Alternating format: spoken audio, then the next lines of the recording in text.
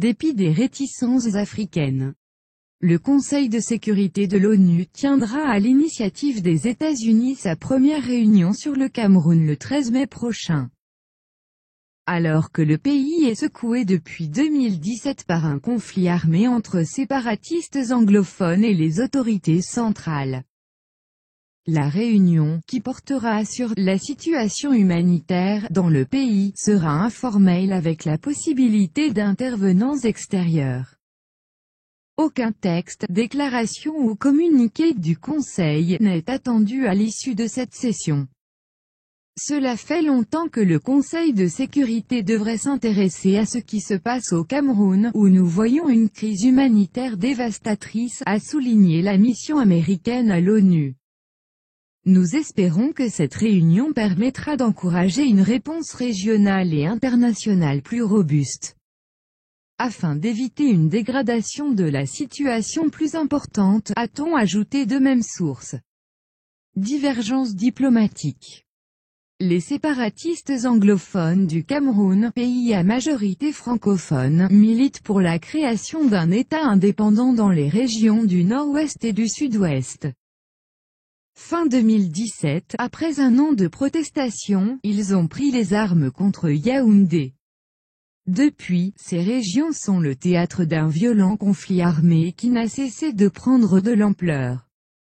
Depuis 2 ans, aucun membre du Conseil de sécurité n'a demandé de réunion sur ce sujet. Plusieurs de ses membres, notamment africains, considèrent qu'il s'agit d'une affaire interne au pays dont l'ONU n'a pas à se mêler, ou pour laquelle l'Union africaine est plus à même d'aider à une résolution du conflit.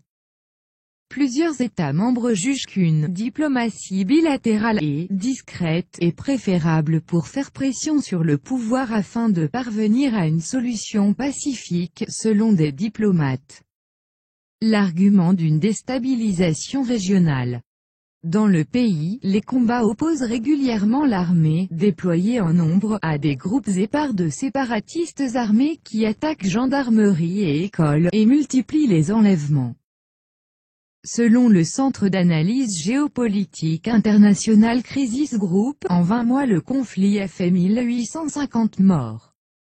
Il a déjà forcé plus de 530 000 personnes à fuir leur domicile, d'après les Nations Unies.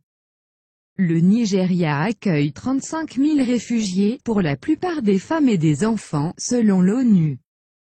La déstabilisation régionale représente un argument pour ceux qui veulent porter le dossier dans une enceinte multilatérale. Sur le plan humanitaire, 1,5 million de personnes sont en situation d'insécurité alimentaire au Cameroun, et cette situation est sévère pour 8% d'entre elles. Selon l'ONU, le conflit a conduit à la fermeture de 80% des écoles, à la destruction de 75 bâtiments scolaires et à l'enlèvement d'élèves et de personnels éducatifs.